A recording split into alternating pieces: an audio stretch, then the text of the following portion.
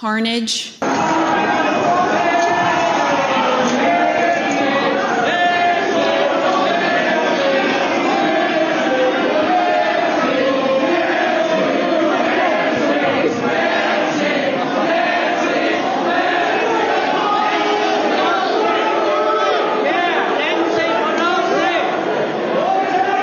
Capitol Police is going to start moving their resources inside.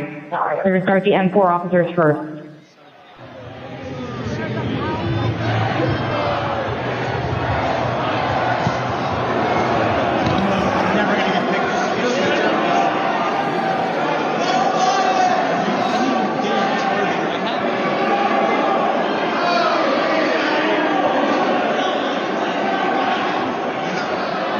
H208 with 4 members. The door's barricaded. There's people flooded the hallways outside. We have no way out.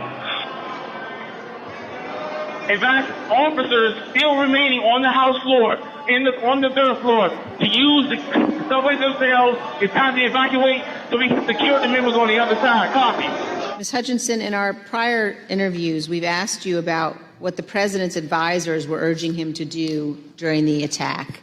You've described roughly 3 different camps of thought inside the White House that day. Can you tell us about those?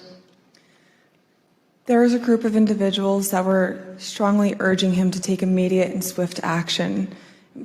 I would classify the White House counsel's office, Mr. Hirschman, Ms. Ivanka Trump in that category of really working to get him to take action and pleading with him to take action. There was a more neutral group where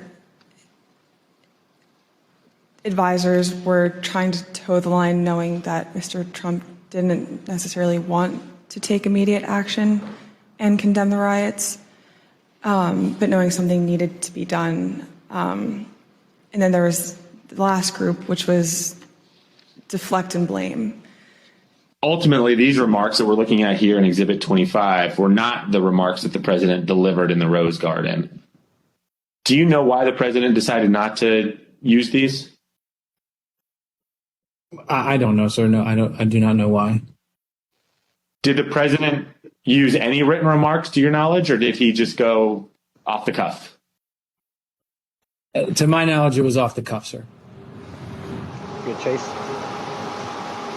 When you're ready, sir. Yep. You're right behind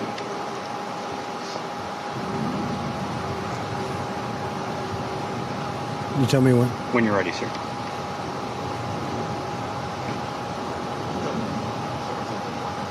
Who's behind me? He's gone. He's gone around. We're all clear now. I know your pain. I know you're hurt. We had a election. Let me see. I know your pain. I know you're hurt.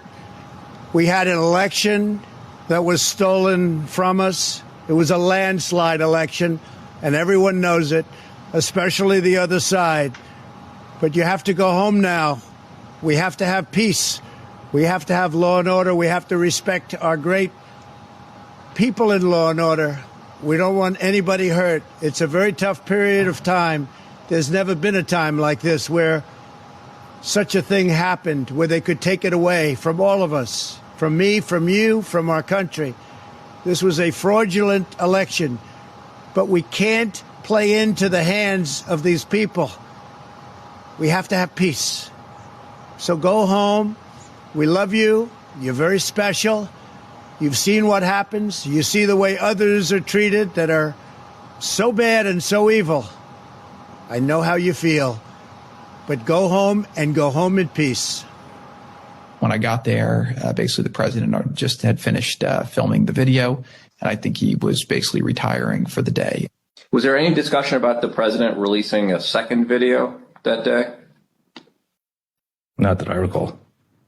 When he finished his video, I think everyone was like, day's over. People were pretty drained. Were pretty what? Drained. But we say day over. There were still people in the Capitol at that point, weren't there? There were people in the Capitol, but I believe by this stage, law enforcement and I'd have to go back and look, but I believe law enforcement was either there or moving in or going to take charge.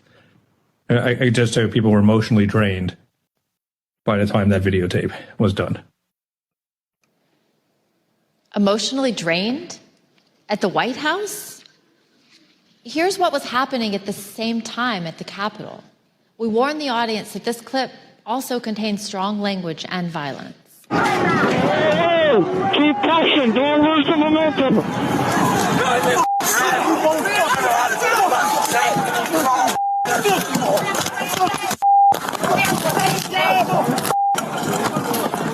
You got another officer unconscious. The sheriff. What sheriff? Everybody, we need gas masks. We need weapons. We need strong, angry patriots to help our boys. They don't want to leave. Coming up, the January 6th committee has its final say. If we are to survive as a nation of laws and democracy, this can never happen again.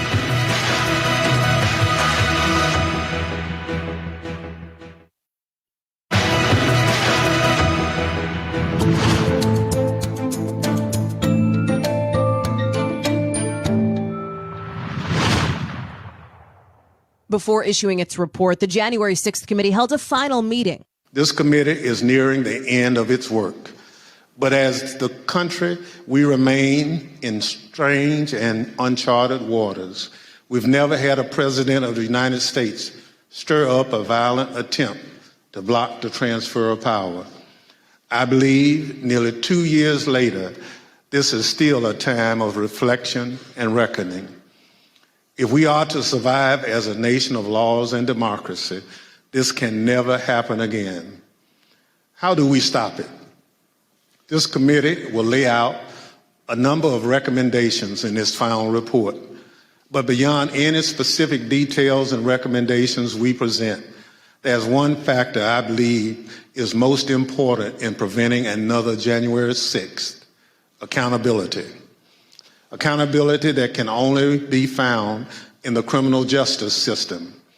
We have every confidence that the work of this committee will help provide a roadmap to justice, and that the agencies and institutions responsible for ensuring justice under the law will use the information we've provided to aid in their work.